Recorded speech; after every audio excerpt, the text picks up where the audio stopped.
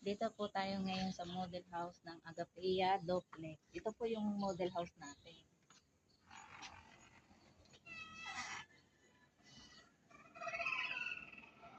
Ito yung may dress up. Dito lalagyan natin yung mga upuan para sa ating mga bisita. Then, dito yung table para sa pagkain natin. Then, ito yung dirty kitchen. May aircon pa. Then, ito po yung sita. Napakaganda.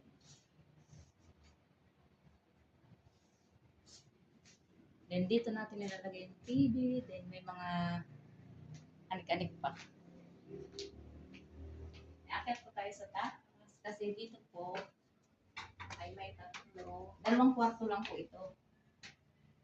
Then, meron tayo ano dito. Ito po yung master bedroom. Ito ang master bedroom niya. Then, may aircon na rin. Napakaganda. Then, may cabinet ito. Pwede kayo maglagay dito ng cabinet.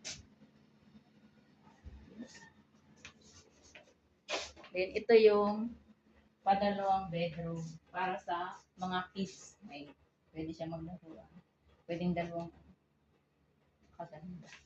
Maganda yung ganyan. Ganda talaga yung ganyan. Then, ito pwedeng sala. Tanggap ng bisita. Then, dito yung computer table.